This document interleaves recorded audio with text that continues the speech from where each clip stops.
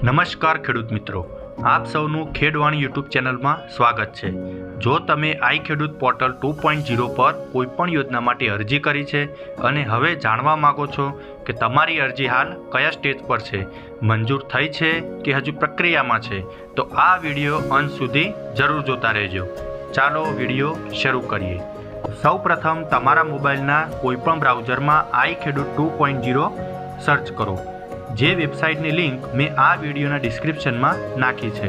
Search કર્યા બાદ તમે સ્ક્રીનમાં જોઈ શકો છો એમ આઈ ખેડૂત 2.0 પર ક્લિક કરતા આ પેજ તમને દેખાશે।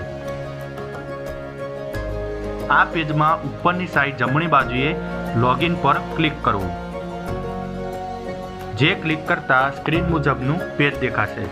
હવે તમે આઈ ખેડૂત પોર્ટલ પર જે નંબરથી અરજી કરેલ હતી તે મોબાઈલ નંબર અને પાસવર્ડ દાખલ કરવાનો રહેશે।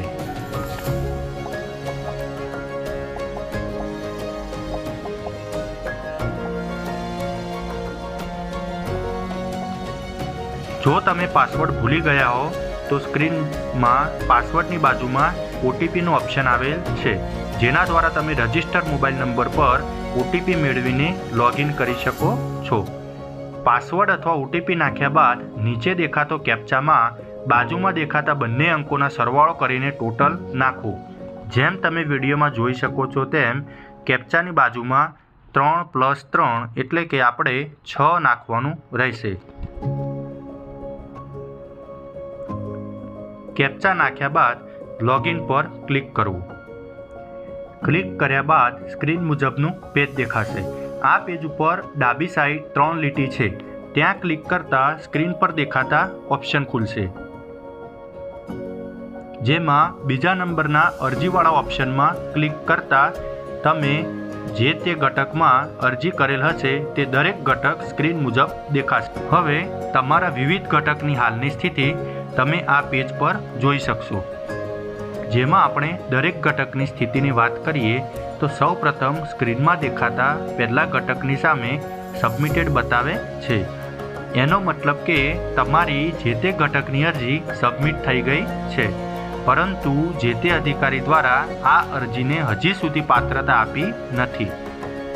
જ્યારે તારે જે તે અધિકારી દ્વારા તમારા ઘટકમાં પાત્રતા આપવામાં આવશે ત્યારે તમારા ઘટકની સામે એલિજિબિલિટી લખાયેલું દેખાશે, જે તમને આ સ્ક્રીનમાં જોઈ શકો છો। જો જે તે અધિકારી દ્વારા કોઈપણ કારણોસર તમારી અરજી રિજેક્ટ કરવામાં આવશે તો તમારા ઘટકની સામે નોન એલિજિબલ લખેલું દેખાશે। હવે જે તે અધિકારી દ્વારા પાત્રતા આપ્યા પછી તમારા ઘટકને મંજૂરી મળે ત્યારે તમારા ઘટકની સામે ક્લેમ પેન્ડિંગ લખેલું દેખાશે। એનો મતલબ તમને એ ઘટક માટે સાધન ખરીદી કરવાની મંજૂરી મળી ગયેલ છે। હવે સાધન ખરીદી કર્યા પહેલાં તમારા વિસ્તારના જે તે ગ્રામ સેવકનો સંપર્ક કરી ત્યારબાદ જ મંજૂરી મેળવી પછી સાધનની ખરીદી કરવાની રહેશે।